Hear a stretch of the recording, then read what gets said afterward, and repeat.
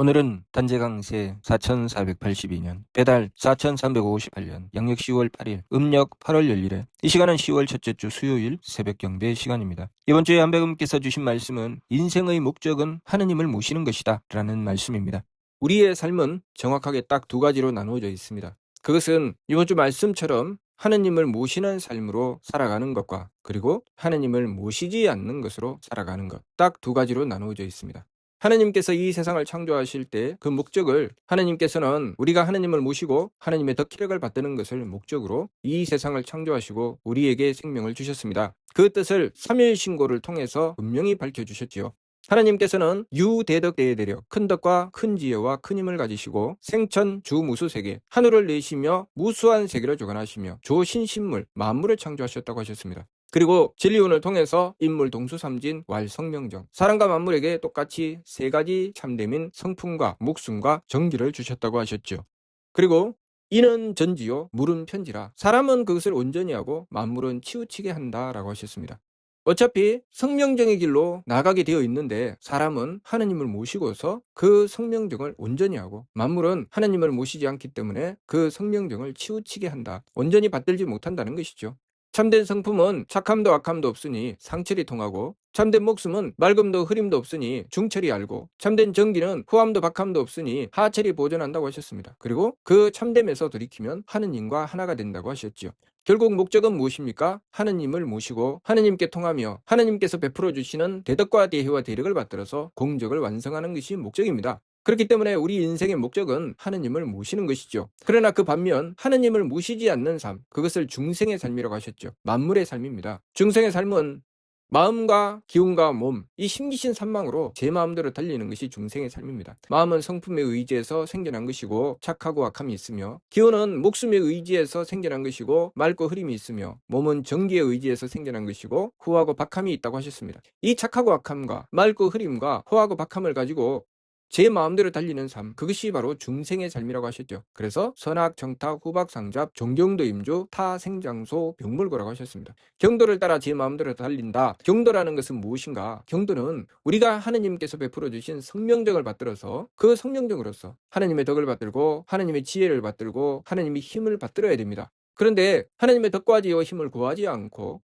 하느님께서 우리에게 이 세상의 삶을 통해서 부여해 주신 일, 이 심기신으로 만나게 되는 여러 가지 일들을 대했을 때 그 심기신과 하느님께서 주신 사명인 성명정이 서로 부딪혀서 생겨난 감식촉으로 달리는 것이 바로 경도를 따라 달리는 것입니다. 다시 말해서 내가 해야 될 일은 성품의 이치에 따라서 용납해야 되고 목숨의 이치에 따라서 이해해야 되고 정기의 이치에 따라서 배려해야 됩니다. 그러려면 우리는 하느님의 덕을 구해야 되고 하느님의 지혜를 구해야 되고 하느님의 힘을 구해야 됩니다. 그런데 그 일을 하지 않는다는 것이죠. 내가 용납해야 되는데 내가 용납하지 못하는 문제가 발생합니다. 어디서 발생하나요? 마음에서 발생합니다. 마음에서 발생했을 때 우리는 성품의 이치에 따라서 용납하기 위해서 하느님께 덕을 구하는 지극한 정성을 드리는 그 길, 하느님을 모시는 길로 가지 않고 내 마음대로 살아간다는 것이죠. 그래서 어찌하면 용납하지 않을 수 있을까? 어찌하면 마음에 들지 않는 것은 피할 수 있을까? 마음에 드는 것만 하고 살 수 있을까? 그 길로 달리는 것이 바로 중생이 나가는 길이라는 것이죠. 경도를 따라 달린다. 성품과 마음이 부딪혔습니다. 성품과 마음이 부딪히면 우리는 무엇을 선택할까요?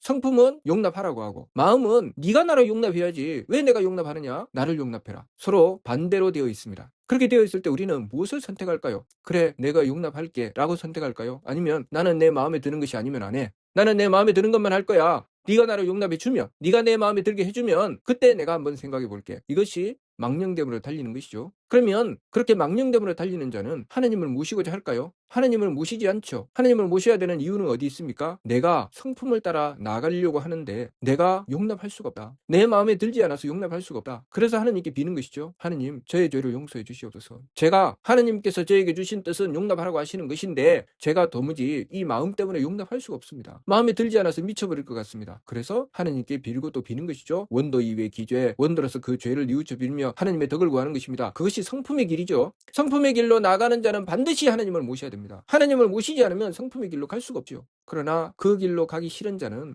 내 마음대로 살려고 합니다. 내 마음에 드는 것만 하려고 하죠. 내 마음에 들지 않으면 어떻게 합니까? 상대를 배척하죠. 상대를 미워하고 싫어합니다. 상대와 싸워서 상대를 무찌르고 결국은 상대를 죽이기까지 하죠. 그것이 범죄가 되고 그것이 전쟁이 되어서 서로 죽이니 하나님의 뜻을 받든 것입니까? 안 받든 것입니까? 하나님의 뜻을 안 받들었죠. 하나님께서는 용납하라고 하셨는데 우리는 내 마음대로 달리기 위해서 상대를 무찔러 죽이려고 합니다. 그러면 하나님께서는 하나님의 뜻을 받들지 않는 존재를 살리실 수 있을까요? 살리고자 하실까요? 하나님께서 이 세상을 창조하시고 우리에게 생명을 주신 뜻은 우리가 그 성명정을 받들고 성명정의 이치에 따라서 용납하고 이해하고 배려하는 길, 하나님의 대덕과 대혜와 대력을 받드는 길로 나가도록 하시기 위해서 우리를 창조하셨는데 우리가 그 일을 하지 않습니다. 그러면 우리는 살아있을 명분을 잃게 되는 것이죠. 더 이상 존재할 가치가 없게 되는 것이죠. 그래서 결국은 멸망의 길로 나가게 되는 것입니다. 그러니 우리가 이 세상에 존재할 수 있게 되는 것, 그리고 평화와 번영을 얻게 되는 그 길은 우리가 하나님을 모실 때, 하나님의 뜻을 받들 때 가능하다는 것이죠. 한 가정에서 그 가정이 온전해지려면 우리가 하나님을 모시고 하나님의 덕혜력을 받들어야 됩니다. 그래서 서로서로 성명적인 이치에 따라서 용납하고 이해하고 배려하면 그 가정은 행복한 가정이 되겠죠. 환경은 바뀔 수 있습니다. 환경은 어떨 때는 가난할 수도 있고 어떨 때는 부유할 수도 있습니다. 어떨 때는 편안한 환경일 수도 있고 어떨 때는 문제를 만나서 힘드는 환경일 수도 있습니다. 그러나 우리가 해야 될 일은 정확하죠. 뚜렷합니다. 쉽고 편하든 힘들고 어렵든 부유하든 가난하든 하느님을 모시고 성명적인 이치에 따라서 문제를 풀어나가는 것입니다. 그러나 우리가 재구실을 하지 않으면 하느님을 모시지 않으면 우리는 심기신 산망으로 달리게 되어 있습니다. 그래서 쉽고 편하면 쉽고 편한 대로 제 욕심대로 살고 힘들고 어려우면 힘들고 어려운 대로 제 욕심만 차리고 그렇게 살아갑니다.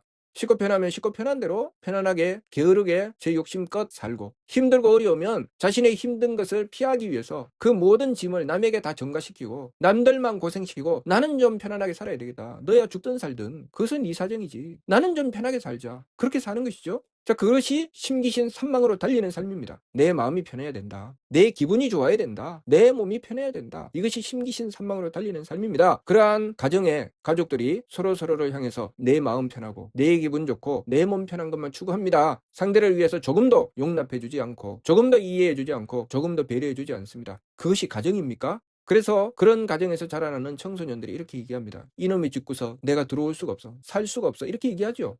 서로서로를 향해서 용납해주고 이해해주고 배려해줄 때 내가 밖에서 힘들고 어려웠지만 가정에 들어오면 그래도 편안함을 얻게 됩니다. 서로를 향해서 용납해주어야 되고 이해해주어야 되고 배려해주어야 되죠. 그 성명적인 이치를 가지고 나라가 구성되어 그 나라의 모든 백성들이 서로를 향해서 용납하고 이해하고 배려하면 그 나라가 어떻게 되겠습니까? 행복한 나라가 되겠죠. 그 나라에 누구든지 들어가서 살고 싶겠죠. 하매금께서 세우신 배달나라는 그런 나라죠. 그래서 우리 신가를 보면 그 신가의 내용이 그런 것입니다. 착함은 활이 되고 악함은 관역이 된다. 그 말씀이 그런 뜻이죠. 그러니 우리가 하나님을 모시고 착함의 길로 나가야 된다. 하나님을 모시지 않고서는 절대로 이룰 수 없지요. 그리고 성명정의 참된 길로 나가지 않으면 하나님을 모시지 않습니다. 그래서 우리의 인생은 딱 두 가지가 되는 것입니다. 하나는 하나님을 모시는 밝은이의 길, 하나는 하나님을 모시지 않는 중생의 길. 다시 말하면 밝은이의 길은 성명정의 길로 나가는 것이고 중생의 길은 힘기신 산망으로 제 마음대로 달리는 것입니다. 우리는 우리 자신이 지금 어떤 길을 선택하고 있는지 보아야 됩니다.